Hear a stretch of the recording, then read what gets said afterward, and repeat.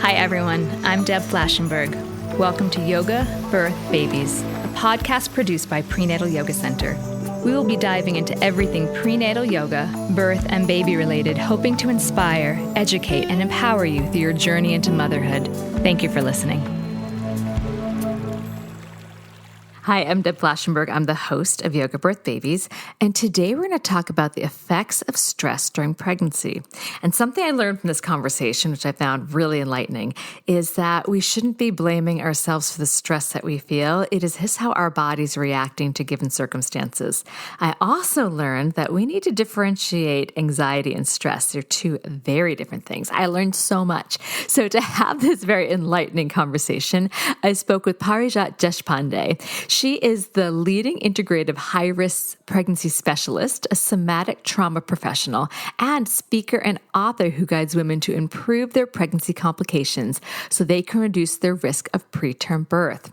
Her unique neurobiological approach has served hundreds of women to manage pregnancy complications and reclaim a safety and trust in their bodies that they thought had eroded forever. Parijat is the author of the best-selling book, Pregnancy Brain, a mind-body approach to stress management during a high-risk pregnancy. It was really a wonderful conversation. She really taught me a lot, and she helped me step away from, I wanted, give me tools. What are things we can do? And she really helped broaden, it's not tools, it's lifestyle. So I got so much out of this conversation. I hope you will too. Before we get to that, just some exciting news that we're continuously looking at how we're starting to bring our classes back in person and online. And we're looking, and I think we're getting there, to find this wonderful balance between reopening our in-person classes, bringing live stream into those in-person classes, and finding that balance of maintaining some of our just online classes.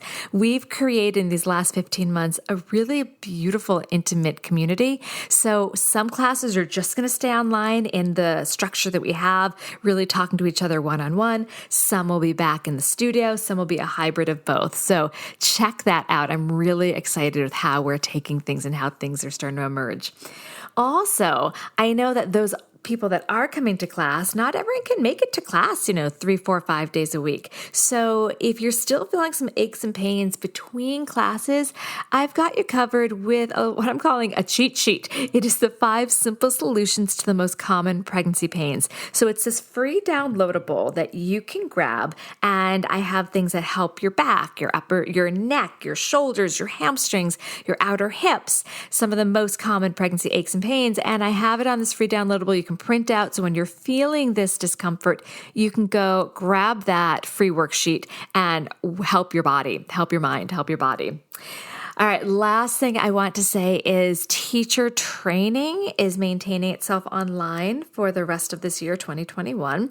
And then we're going to be back in person, but I'm really hoping that we can do 1 online teacher training per year. I have to really see what Yoga Alliance says. But if you are a yoga teacher and you want to take a deep dive into serving the perinatal community, I can help you with that. We have a very in-depth 85-hour prenatal yoga teacher training. And for the next 2 trainings, it's going to be online. So no booking planes or hotels to come to New York. Let's do it together online. And then if you're a yoga teacher, but you don't want to go so deeply into what we're offering for prenatal yoga teacher training, but you still want to have the skills to support the pregnant student that wanders into your open level class, I have an online self-guided course for that called Who's Afraid of the Pregnant Yogi? You can check all that out on the website prenatalyogacenter.com. Okay, we're going to take a super quick break, and when we come back, please enjoy my conversation with Parijat. Hi, Parijat. How are you? I'm great. How are you? I'm doing okay. Yeah, it's the end of the week. I always love that. It makes me happy. Absolutely. So I'm super excited about talking, even though our topic is not light, we're talking about the effects of stress during pregnancy. It's such an important topic and conversation because I feel like there is just so much stress on parents and new parents and just life. So I think this is a really important topic. So I'm just so happy you're giving me some of your time. Thank you. No, thank you for having me. I think it's going to be a lovely conversation. Yes. So I guess the best way to start is I'd love to learn a little bit about you and what drew you to focusing on supporting new and expectant parents with high-risk pregnancies and stress and trauma. Sure. The quick answer is it was personal experience. I went through infertility, loss, and a very high-risk pregnancy myself.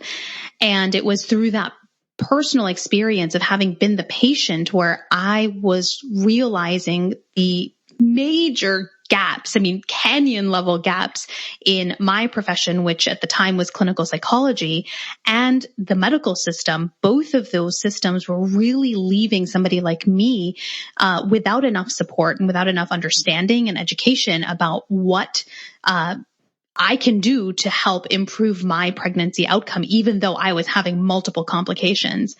And so I remember being on modified activity restrictions for the entirety of my pregnancy. And around like 15, 16 weeks, I remember being at home and just noticing how anxious I was and feeling really nervous and scared about losing this baby also.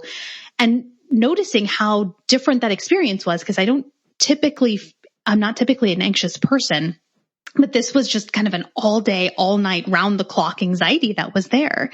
And I knew that if I walked into an office of somebody who was in my profession, I knew what they would say to me because that's what I would have said to me.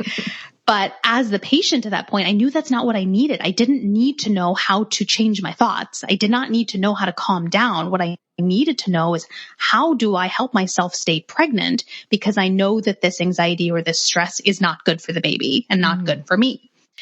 And my doctor didn't know, and I knew that most of my colleagues didn't know. And so I got to actually put that to test, unfortunately, and fortunately, I guess, in real time. When I landed in the hospital at 22 weeks and 4 days, I was 3 centimeters dilated. I'd already developed 5 complications by that point. And my medical team was preparing both me and my husband that we were going to lose this baby because it was just too soon. And I told them, I agree to all the medical treatments that you think are going to be necessary, but there's one more thing that we haven't tried yet that I want to try.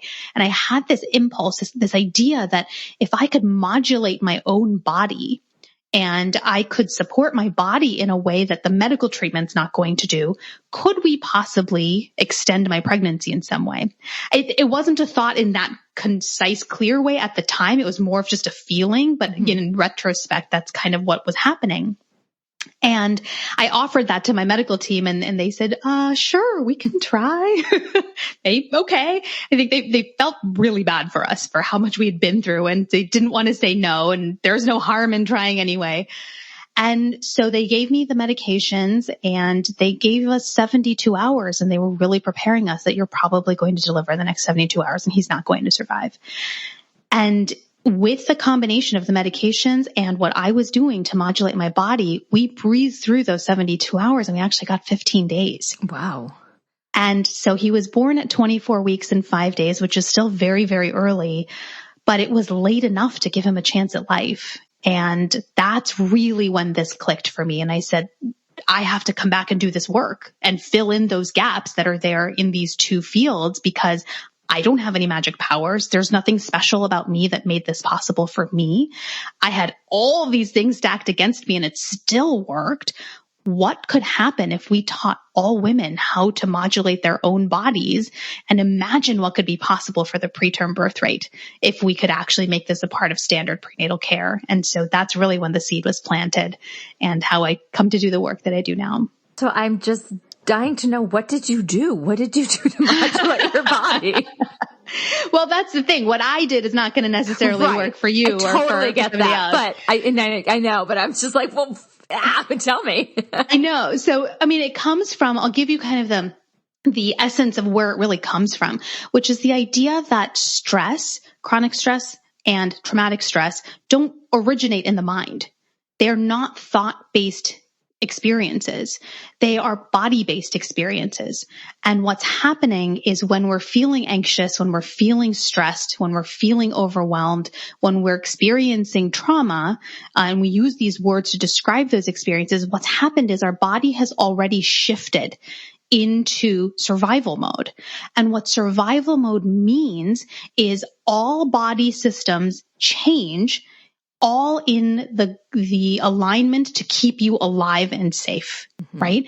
And one of the ways that shows up, shows up in multiple different ways. We're happy to get into those details. But one of those ways that it shows up is through muscle tightness and tension, right? It shows up in all kinds of different ways. And typically what we end up doing, what kind of pop culture tells us to do, and actually a lot of clinical psychology tells us to do based on old data, is we relax those muscles. And if anybody has been in this situation and somebody's told you to just relax, you know how well that works. It doesn't work, right?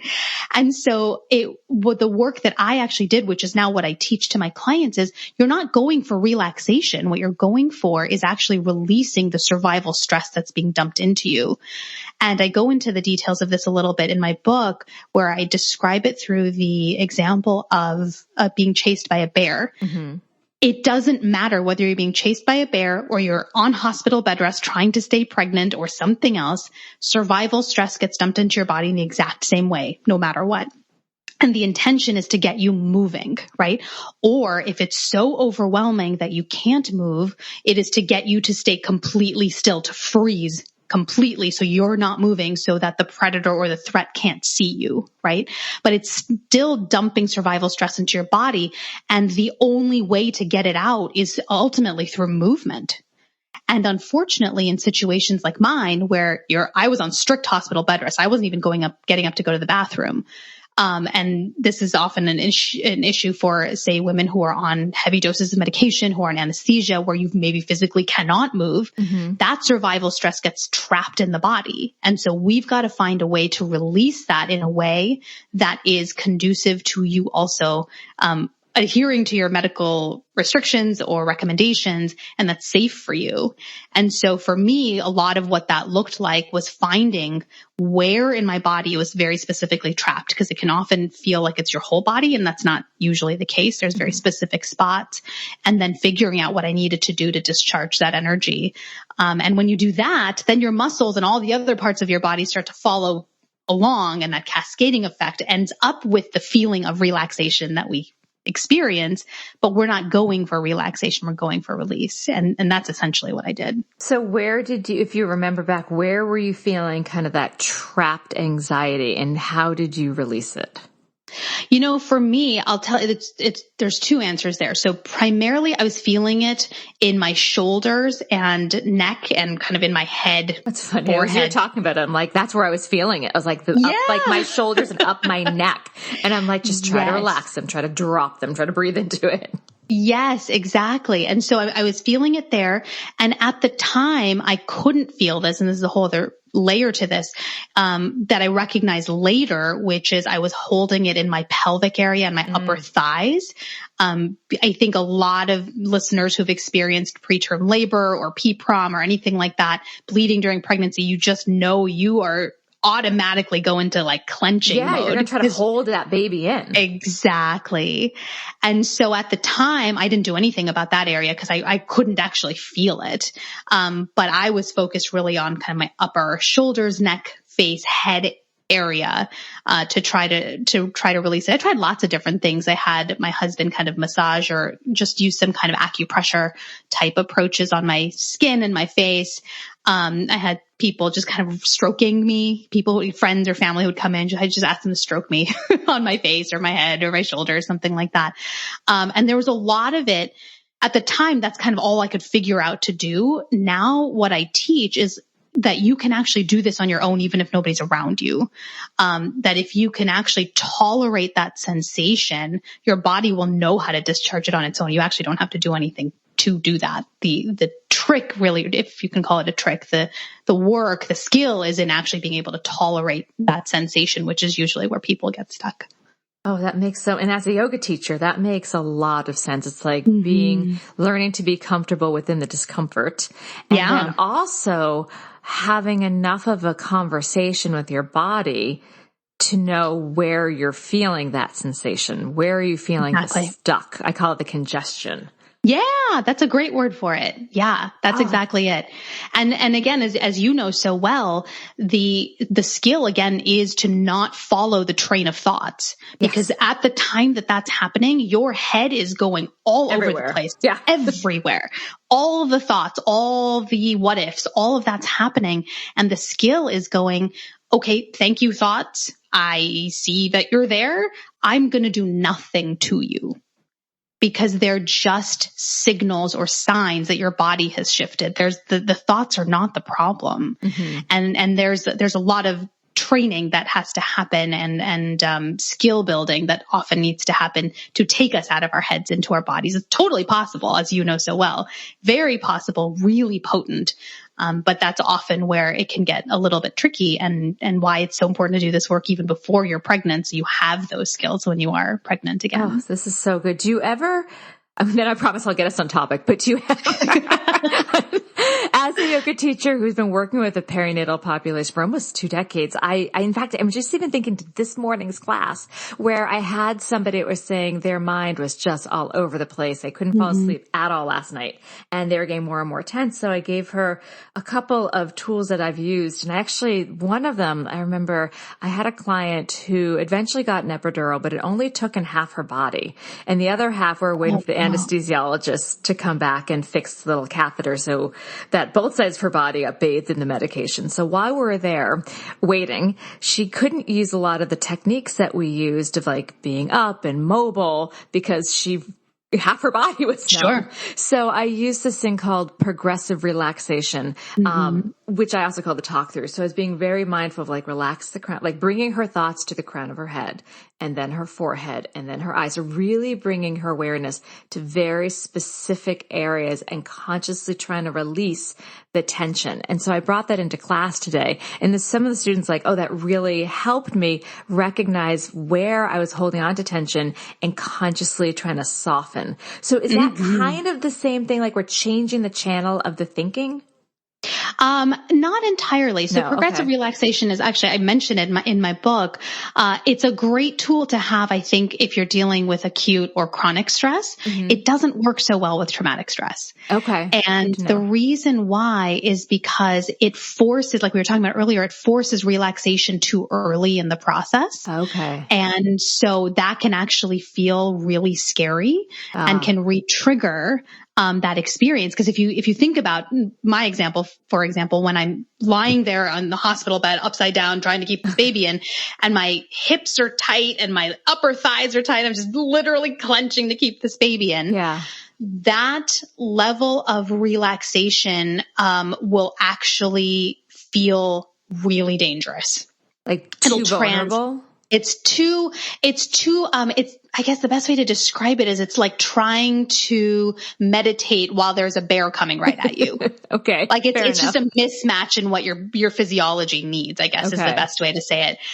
And so typically what I find in those situations is we've got to address other parts of the body first. And then we get to that like core, which for a lot of my clients is that pelvic region where we just, to the point where with traumatic stress, we actually can't feel that part of the body for a long time until we do this work.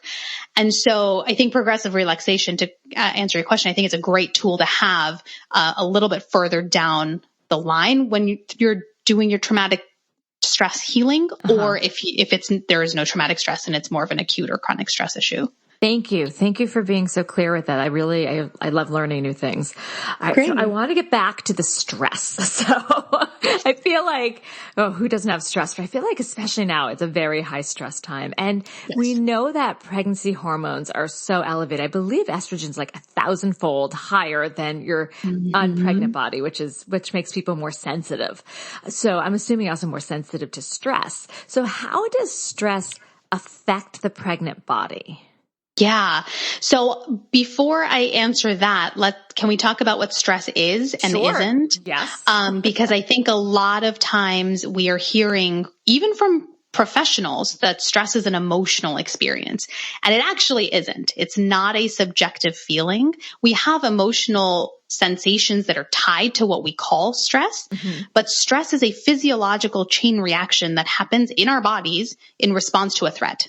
Okay. And I think we forget that because what stresses us out are things like, oh, I've got to turn in this report for work, or I have 10 things to do for my child's birthday party, or something like that. And it doesn't sound like a threat because it's a checklist. How is that threatening? But our bodies don't know the difference between being chased by a bear and waiting in the doctor's waiting room before you have an ultrasound, or getting bad news from blood work, or anything like that. There's literally no difference. And so this is why I like to start here, is because when we understand that stress is not a subjective feeling, then we can understand that feeling that stress reaction is not a choice. That whole experience that happens in our bodies, the tight chest, the shallow breathing, the sweaty palms, the thoughts racing, all of that is in reaction to your body identifying some kind of threat to you or baby or both at below a conscious level. There's outside of cognitive awareness, and it makes those physical shifts, and that's what you're experiencing. And so it's not your fault, right? You're not choosing this. And I think that's important to remember, because when we talk about the impact of stress on pregnancy, it can feel like, oh my gosh, it's one more thing I have to fix and one more thing to do. And it's actually not, because you're not doing anything wrong, and you're not choosing for this to happen, right? That's so great. I love this. Can I just say, because I'm sure many people I'm stressed that I'm feeling stressed, and now I'm stressed that I'm going to overstress. Yes. And so what I heard is, don't blame yourself. Your body's reacting to this. It's not your fault. Exactly. Yeah. I'll give another example. So I have severe food allergies. And I had an experience just recently with an allergen, right? If I consume the allergen, my body has a reaction, right? And if anybody has allergies, whether it's food or otherwise, right? You smell the pollen, and then you sneeze and your eyes are watery and itchy and all this stuff. You're not choosing that. It is a body reaction to something that your system has identified as a threat to you. Right? Same thing for something that's not tangible. It's the same thing. It is a physiological reaction that you are not choosing. It is a reaction. And that's what I find to be really cool, because then it takes our attention away from how do I fix my reaction to what is the thing that's triggering this, right? So for allergies, maybe it's peanuts, right? So then you avoid peanuts or whatever. In this case, what is the thing? Is it the fact, and I'll give you examples of my clients, I typically work with are women who have had a history of preterm delivery or late term loss. And so sometimes for them, it's making the call to the fertility clinic to start a new cycle. That is the trigger. Sometimes it is the actual injection, starting your injectables for that cycle. That's the trigger. For a lot of my clients, it is the sensation of being pregnant, that full pelvis feeling, even very early on. That's the trigger. Or it is the hormone change that happens even before you know you're pregnant, but there's this body memory you have. That's the trigger. And so when we can start focusing on that gives us something to work with, instead of trying to quote unquote fix you, because there's nothing wrong with you. I like that. There's nothing wrong with you. I want all the listeners to hear that. You didn't do anything wrong. There's nothing wrong with you. So does stress affect pregnant people differently than a non-pregnant person? Yeah. So yes, getting back to the original question. So what I find to be so fascinating about stress and pregnancy is this. Stress on its own, right? That physiological chain reaction starts in the nervous system. The nervous system is the only body system that touches every single other body system in our bodies, right? And so there's a cascading effect into everything. The three that we're most interested in for pregnancy are the nervous system, the endocrine system, and the immune system, all three of which are affected even pre-pregnancy. But the way they show up in our bodies is a little bit different because in pregnancy, these three, the nervous system, endocrine system, and immune system, have to be in a very particular balance that is different than pre-pregnancy to support a healthy pregnancy. So we expect a shift. This is often why we see kind of a baseline in subjective anxiety, for example, increase in pregnancy, because there is a shift in the nervous system. The sympathetic arousal, it actually increases as you go through your entire pregnancy, and it's supposed to sustain a healthy pregnancy, and it has particular impact on the immune and the endocrine system. That balance, if you can imagine, it shifts from like one type of a three-legged stool to a different three-legged stool. And that's going to support a healthy pregnancy. But let's say you take that three-legged stool and one of those legs is the nervous system. And let's say we cut it by a third or something, right? So it changes somehow. And that's what we're kind of showing as the stress response has now kicked in. You can imagine that it's going to affect the rest of the stool. It's going to tilt, or it's going to fall over, or something's going to happen to it. It's going to get wobbly. And that's essentially the visual that I like to use to describe what happens in pregnancy, is that particular balance that needs to be in that place to support a healthy pregnancy is no longer there. So it's shifted again from pre-pregnancy. And that shift puts you at risk for multiple pregnancy complications. Preeclampsia, gestational hypertension, gestational diabetes, preterm labor, and so many more like that, PPROM, all of that. Those are the risk factors that we are looking at. And when we look at women, there's plenty of research that shows kind of retrospective data. When we look back at what's happened, we see that there has been a change in all three of those systems. And it's so directly tied to an increased risk of complications, maternal complications, as well as neonatal complications. I'm imagining someone listening to this and hearing, okay, my endocrine system. And for those that don't know, endocrine systems like our hormones, immune system and nervous system, they're no longer as balanced as they were pre-pregnancy. How does someone find a little bit more balance in that? Yeah. So the way that I work is I work very specifically with the nervous system. If you work with, say, a dietitian, they might address more of the hormonal systems and come from that end through food, right? And so there's a lot of different places that you can address this. The way that I work is, well, if it all starts with the nervous system, let's go to the root of it. Let's deal with the nervous system specifically. And so I teach my clients how to actually restore health and flexibility to the nervous system. And if we can do that first pre-pregnancy, then we can adjust and tweak along the way because that nervous system is changing every single week through pregnancy. We can sustain that new level and kind of adjust to the ranges that it needs to be, so to speak, for pregnancy. If we can restore health to that nervous system, the other two will follow. Because, sorry, keep going. Oh, no, go ahead. What are ways somebody can bring some more health to the nervous system? Well, that's where it gets a little tricky because there are no tools that actually work.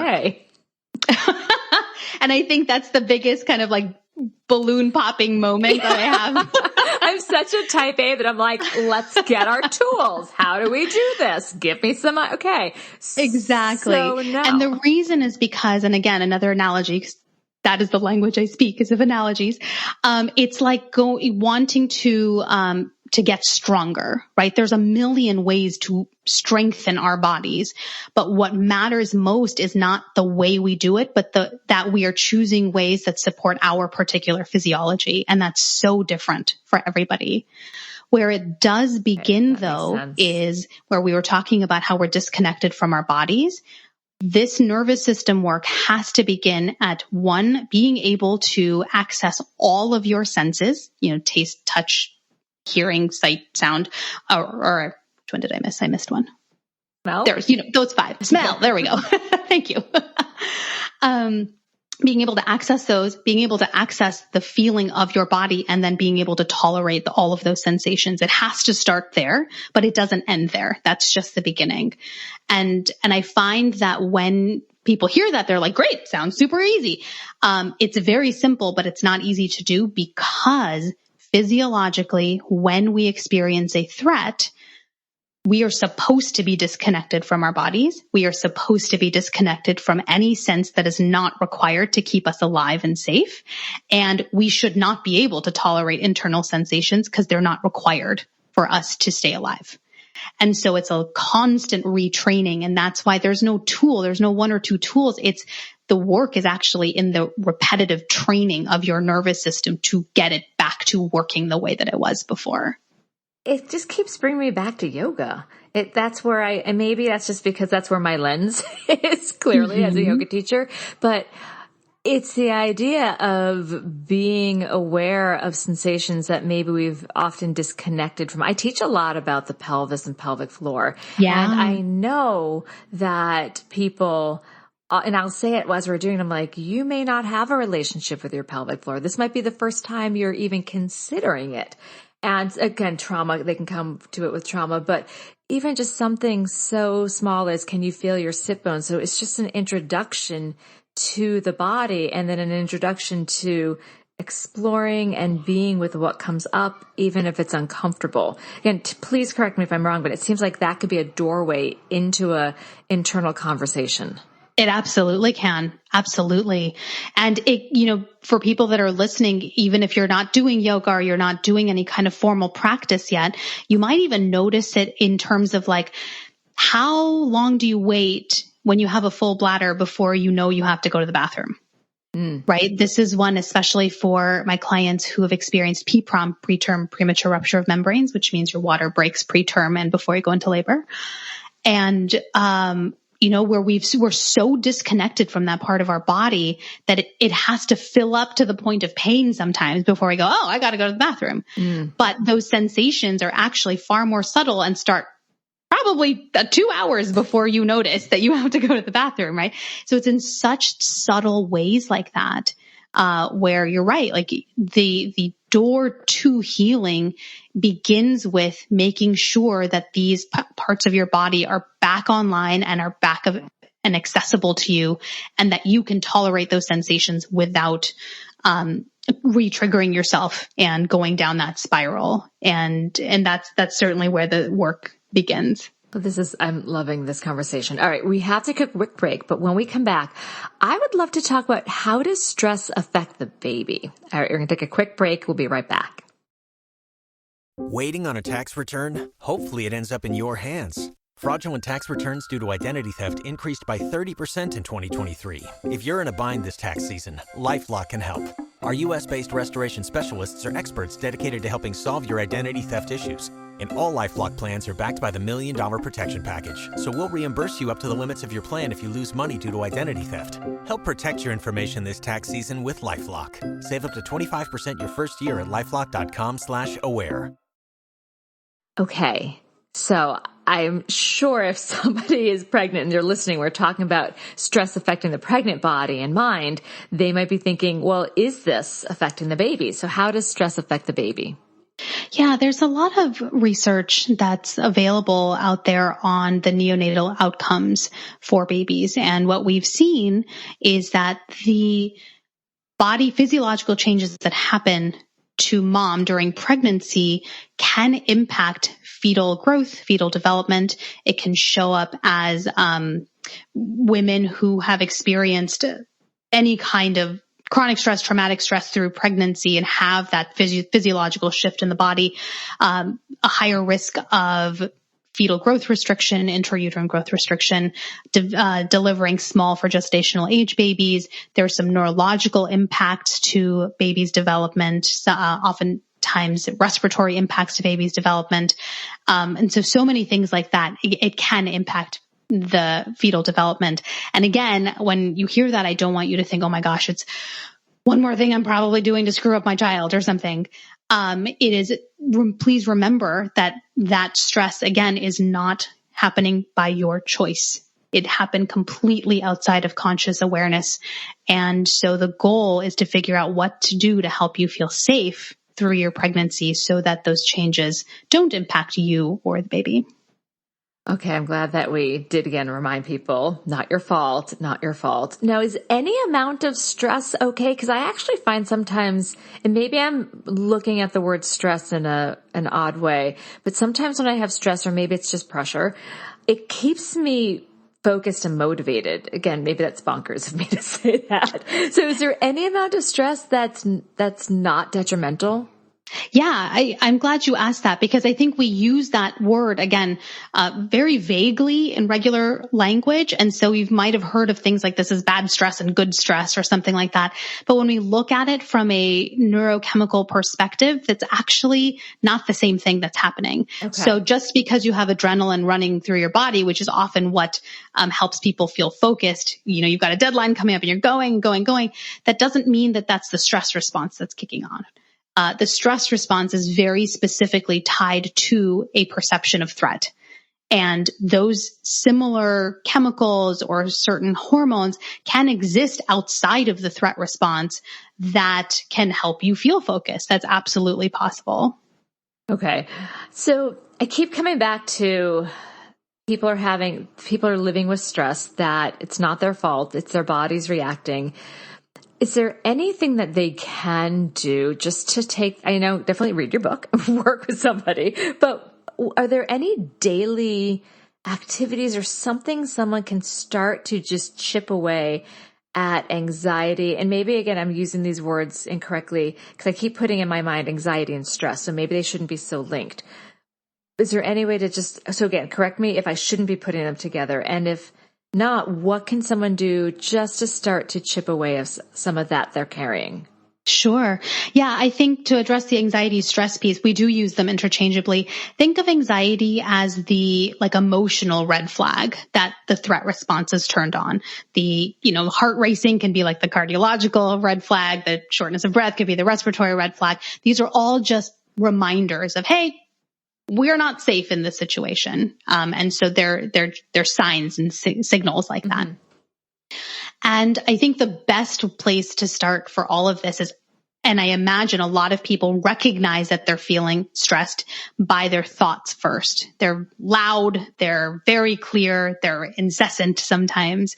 And anytime that happens, whatever your clues are that you're feeling stressed out, quote unquote, turn towards your body and start orienting yourself to your environment and to your body. Can you feel and experience all of your senses? And usually if you're living with traumatic stress, you're going to find one or two, sometimes three, that you realize you actually can't. And so to start practicing bringing those senses online, that is really where it begins. Because if your senses are not online, no other tool you use beyond that is going to stick. It's going to work for 5 minutes, an hour, a day, something like that. And you're going to go right back to it, because when your senses are offline, that is your body's kind of feedback loop of we're not safe, because it doesn't matter what the rose smells like. There's a bear coming after us. Keep running. And so if you keep teaching your body how to bring up those senses and keep them online and really orient yourself to your environment in that way, you're essentially doing a lot of retraining at the body-based level to teach your body that actually there is no bear and you're actually safe. And that's a really good place to start, I think. Just like listening to, what am I hearing in the room? What am I seeing? Can I feel the weight of my body touch the furniture I'm sitting on, or feel my feet? Is that kind of a starting point? Yeah, it's a great starting point. And one of the places that I'll share with you where a lot of my clients become surprised with the experience is that a lot of these things, so let's say you're sitting outside and you're listening to the birds. Many of us have been outside enough times that we have a memory of what birds sound like. And so when we try to pay attention to those sensations, or we know what a flower smells like, we are actually accessing the memory of that sense and not the actual sense in present time. Huh. And that's really where the work is. And it takes my clients completely by surprise. They're like, no, I've got all my senses online. I'm like, are you actually smelling that cheesecake, or do you think you're smelling the cheesecake? Right. Now I'm smelling the cheesecake. Okay. Okay, so it's really being present. Am I really hearing this? Am I really smelling this? Am I really feeling my feet touch the ground? Or am I just kind of not really present and just using a recall? Yeah, exactly. And again, if you're living in a body with traumatic stress and you've been living in that body with traumatic stress for months or years, it is very common to realize there are 1, 2, 3, sometimes 4 where you actually cannot sense it. And again, that's not a sign that you're broken. It's a sign that your body is working exactly as it should, thinking that there's actually danger around you. And so the work begins very slowly, very gently to retrain your body. It's like when you break an arm and then you have to go to PT afterwards for a little bit because the muscles have atrophied because you haven't used it for 6 weeks, 8 weeks, something like that. Right. That's the same kind of thing. You're rebuilding that muscle. You had it before, you will have it again. It does take consistent effort though. So I want to shift to that relationship with the body. I'm glad that you brought that up. So I've had a lot of high-risk students, and students have, similar to, sounds like, unfortunately what you went through, that struggled either to continue pregnancy or to get pregnant. And there is a bit of distrust of their body. Tools, and there's also a lot of fear around their body and around their pregnancy. They're afraid to do stuff because it's going to hurt their body and hurt their baby. Are there tools to help release some of that fear and reshape and reclaim that relationship with their body? There's a lot that you can do. It's not tool based, it's lifestyle based. Okay. And thank you for correcting me. Yeah, sure.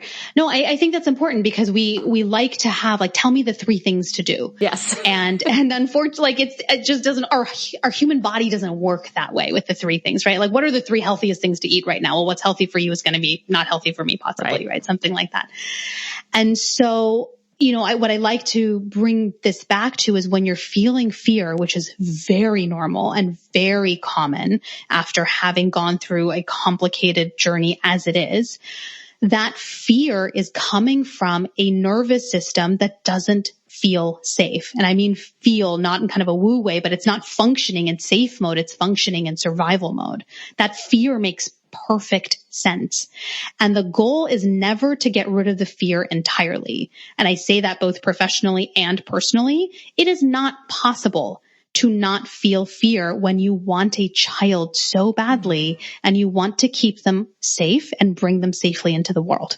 It's not possible. So let's remove that off the table of how do I not feel fear next time? It's not going to happen. What will happen though is if you can restore that nervous system back into safe mode, right? So we come out of that threat mode, that survival mode. You start doing these practices and create this lifestyle where you're supporting a flexible nervous system. Then there are going to be moments where you're going to feel anxious or afraid. Maybe you have a twinge and you go, oh my gosh, what was that? Thinking back to your preterm labor from before, or you're waiting for the ultrasound tech to tell you something or make some kind of facial expression to tell you everything's okay. And there are going to be those moments, but the difference is you will now be in a body where the nervous system is adapting to this acute situation. So it's not going to send you back down that dark hole that you have kind of healed yourself out of. You're going to be able to stay within that range of, okay, I'm nervous right now, but I can come back down. I know exactly how to do that because I know what my body needs. And from there, then it's totally fine. If you have moments of anxiety, you have moments of fear, you have moments of overwhelm or uncertainty, because it's not those moments that are the problem. It's, can you bring yourself back to safety relatively quickly and keep yourself there for as long as possible. And from there, the actual impact on the pregnancy health, as we were talking about with the stool example, with the nervous system, endocrine system, and immune system, it actually has a really powerful positive impact on pregnancy health. Even if you've already developed complications, I have seen with my own eyes with my clients, those complications can reduce or be eliminated entirely, which is really amazing. So if you've had someone, kind of like even yourself, that had a lot of struggle, was there anything that you found that helped you just trust the process of your body?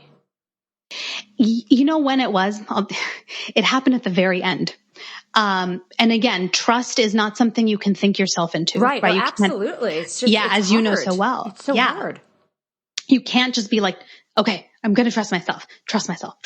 Everything's okay. It doesn't work that way. Right. Trust comes from knowing that you can impact your pregnancy and you can impact your body in very predictable ways. And that's what I love about this work is because it's a lifestyle, you start noticing patterns. Every time I am anxious, I notice I can't smell something anymore. So then I know that I have to do XYZ things to bring that sensation back online. And when I do that, then I know that I can feel blah, blah, blah. You have these very predictable patterns. If you think of it like, how do you trust another person in your life? It's because we know what that relationship is like. And that's really what we're doing when we're rebuilding trust in your body is we're restoring that relationship of if I do this, my body responds this way. And if I don't do this, then my body responds in this particular way. And we create these patterns and we start relearning those patterns because those patterns are absolutely trustworthy. Oh, I love that. The patterns. That makes a lot of sense. Recognizing the patterns and then trusting the patterns. Oh, that's so good. Yeah. So if somebody has a background of trauma or anxiety and fear around their pregnancy and birth, then clearly for their birth, they need the whole team supporting them. I'm always about a doula. Full transparency. Me too. I was a doula, so a little transparency there. But what are ways that somebody can communicate with their care provider to ensure they're going to be supported during their pregnancy and their birth? Because I can't imagine coming into this vulnerable experience with a lot. So someone did all that work, but yet they don't have everyone on the team on board. I can't imagine that working as smoothly. No, it doesn't. I actually just right before we jumped on here, I was on a client call where that was exactly what was happening. There's a need that she had as a patient that was just not being met by the provider. And they're not necessarily bad providers. It's for any number of reasons. They're just not able to meet her where she needs. And that can really perpetuate that cycle of I'm not safe. I am not safe in this care team. I'm not safe in this pregnancy, and just continue with that loop of I'm not safe. So these physiological changes are happening in my body. That scares me. That perpetuates, all of that for sure. And so I'm in complete agreement with you. Build your team first and really be clear about who you need on your team. I think a lot of people assume that one OB, or if you need an MFM, which is a high risk OB, is going to be enough. And sometimes it's not. Sometimes we need more specialized support to be able to give us the very personalized kind of support that we need.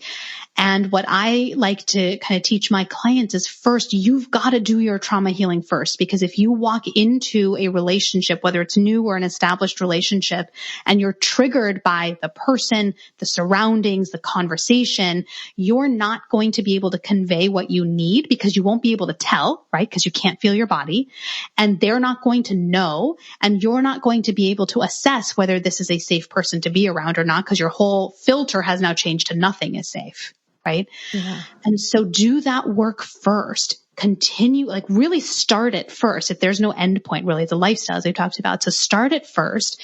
And then I say from there, you're able to shift your physiology to be in a place where you can be safe around this person. So you can take in the information they're giving you. You can make sense of it. You can remember it, right? You're not in that moment where you're forgetting all the 10 questions that you had, or even if you had them written down, you're kind of rushing through them.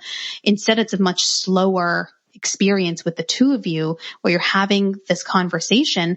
And I think it starts with being very clear about what you need and what you want, and really believing you deserve all of that, and then asking for it. And if they can't do that or they can't provide it to you, keep looking. Keep finding other people to add to your team to make sure that you are surrounded with exactly the support that you believe you deserve and that you need and want to have the experience that you want in your next pregnancy. And I think from there, so much of it is about asking lots of questions. Don't take any answers for granted. If something doesn't make sense or it doesn't feel right in your body, question it and ask until you either feel good about it or until you're willing to make that decision to say, no, I don't want to go in that direction. And really encourage your team to believe that you are a trustworthy source of information because it's your body. Yes. And as much education as the rest of us have in our specialties, nobody knows what it's like to be living in your body, and that needs to be center stage in your team and in your care plan. Yes, I love that. I tell my students all the time, you are the expert of your body. I'll say, like, I make suggestions, but you make decisions of how you want to work and move your body. Yes. Yep. Oh, we're so aligned on that. All right. We're going to take a quick break, and when we come back, if you can offer one final tip or piece of advice you'd like to offer new and expectant parents, and it can be anything at all. All right, we can take a quick break. Okay, so I'll just leave it to you. Throw it out there. What is one tip or piece of advice you'd like to offer new or expectant parents? Oh, just one. This is hard. I think I'll say this. Trust yourself. Trust yourself to know what you want, what you need, how to make decisions, what feels right. And I think that applies through fertility treatments, through pregnancy, and into new parenthood. You know your body. You know your child. Do not let anyone make you doubt that. I really, really, really like that because it's so easy to get swayed by other people. Yeah. Oh, I think you should do this. Gosh, and everyone has an opinion. I remember literally walking across, when I used to live in Manhattan, walking across Broadway, and this old woman stopped me with my daughter, and she's like, she should have a hat on. And I'm like, it's like 80 degrees. But whatever. But like everyone has, and then for a hot second, I'm like, should she? No, she shouldn't. Like, but you're like, it's so easy to let other people start to become the expert of you when they're not. Oh, I love that one. So where can people find your work? Well, you can head over to my website, which is my fullname.com, parijatdeshpande.com.